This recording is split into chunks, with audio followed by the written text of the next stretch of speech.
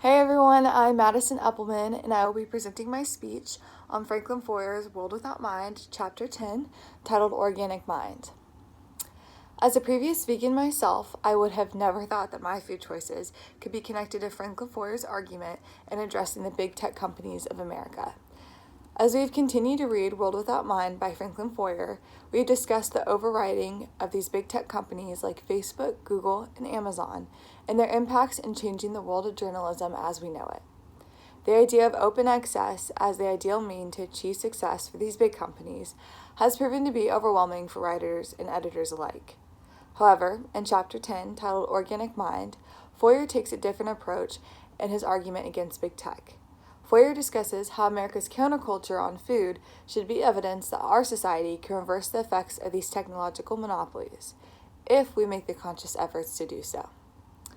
As Foer brilliantly states on page 205, a percentage of the populace stridently cares about what it puts in its mouth. It can be persuaded to apply that same care to what it ingests through the brain. In other words, as a society, we should be able to fuel our minds with the same care that we fuel our bodies, sounding a little bit like a tie into Descartes' mind-body dualism.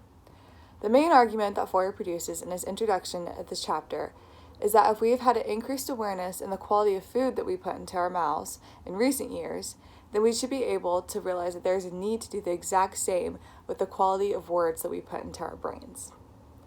In 1930, World War I, and on the cusp of the Great Depression, Wonder Bread was established.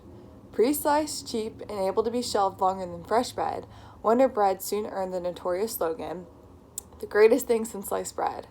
Later that decade, in 1937, Spam was introduced to the front lines of World War II, where requirements for refrigeration ceased to exist, and a shelf life of 2 to 5 years helped push its popularities. Americans looked to these companies like Wonder Bread and Spam to monopolize the bread and meat market, respectively. Their control allowed for cheap prices when the country's economy was on a decline and food sources were scarce. However, as any cultural movement has some sort of rebellion, the 1930s food movement was no exception. Tying back into Chapter 1, titled The Valley is Whole, The World is One, Foer brings up the counterculture to monopolize food companies, otherwise known as the hippies. In 1960s and 1970s, the hippie movement was in full effect in America. With anti-war and pro-peace slogans, the movement looked to food as a way to rebel against the government. These hippies didn't rely on Wonder Bread or Spam, preferring to cultivate their own farms and livestock. However, food began to transcend into more than just a source of fuel for them. It became a representation of the misrepresented in America. White versus brown no longer meant white Wonder Bread versus whole grain wheat. It meant the White House versus the black citizens of America. Food became a landmark of both a cultural and political food movement. The rise in vegetarianism soared, with Woodstock followers being a loyal fan base. 1971 marked as the triumphant year when Diet for a Small Planet was published by author Frances Moore Lappé, and the increase in vegetarianism skyrocketed. Although meant to be the hippies sticking it to the government, American society soon made the idea of looking for better food sources as the mainstream. David Camp, a journalist that Foer cites, believes that this transformation of the American diet depending on monopolized food companies in America into Americans wanting to actually know where their food was coming from is the counterculture's greatest and longest lasting victory. And Camp was not wrong. According to a study done this year, 2020, of 11,000 adults, about 2% of Americans are vegetarians and 0.5% are vegans. Of those that are vegetarians or vegans, 52% of them identify as being politically liberal, proving that the hippie era of the 1960s and 70s has had a long-lasting effect on American culture. However, I don't want to think that it's fair to say that every liberal is a vegetarian or that every vegetarian is a liberal. Rather, it would be fair to say that vegetarians look into the ethical and political values of food companies in deciding which ones to buy from. I think a perfect example of this type of situation would be the lawsuit against the Fairlife Milk Company this past year in November. Fairlife was sued for abusing the cows that produced the milk that they bottled. Soon enough, the lawsuit became trending news across social media, as I'm sure you guys have seen, grabbing the attention of millions.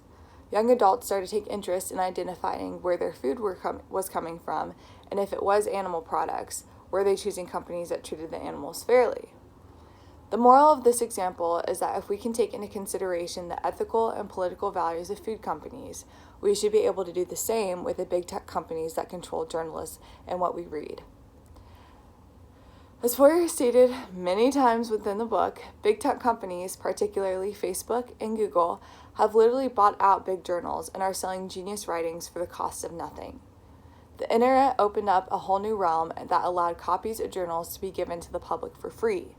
By allowing the public to read journals for free, readership increased by tenfold. And this is where Foer brings in his argument against advertisements. Originally, advertisements were a thing that journals advised against. Although advertisements could be a source of revenue for journals and companies in need, many found them tacky or distasteful. However, when journals sold out to Google and Facebook, advertisements were no longer a luxury that they could choose to leave behind.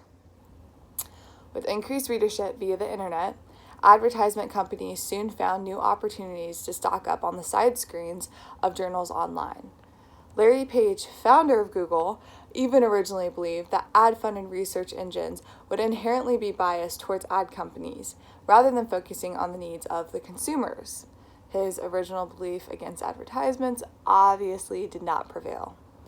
When companies rely on advertisements, their data and information that they present to the public becomes biased. And often, as we know, biased information is not always truthful information. Like the food movement, we must look for quality information and sources for our brain. So, Foer argues that in order for big tech companies to step away from that advertisement revenue, they must charge readers for journals. He ensures that the only way to reverse this type of damage is to sell those journals for a price. However, before you go and say that reading will become too expensive if we have to pay for it, Foer has a rebuttal. George Orwell, a novelist, conducted a quick experiment in 1946, where he found that Americans don't spend nearly as much on books, journals, and newspapers combined as they do on cigarettes and alcohol.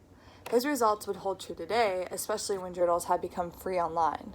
So the question is, if we can spend money on unhealthy leisure activities, such as drinking, why can't we spend less money on activities that are cognitively engaging? Edward Bernays, the nephew of Sigmund Freud, used his knowledge of the subconscious and his skills in the propaganda industry to possibly solve Orwell's problem. Bernays proposed the idea of creating bookshelves in homes and having them be the hallmark of the higher class. After all, during the mid-20th century, having books signified being socially and intellectually advanced. So, if one has a bookshelf, they must fill it with books, thus increasing expenses on books. Using past history to prove a point, Foer believes that inevitably the public will pay for books and journals if we set a price on them. Unfortunately, with Foer's efforts to prove that we can reverse the effects of big tech monopolies on journalism and writing, little has been done to actually create any action. Foer believes that, like the hippies presented their food alternatives as organic, free from any deceit, and based on truth, that we can turn to an organic mind, free from any biased advertisements and false truths.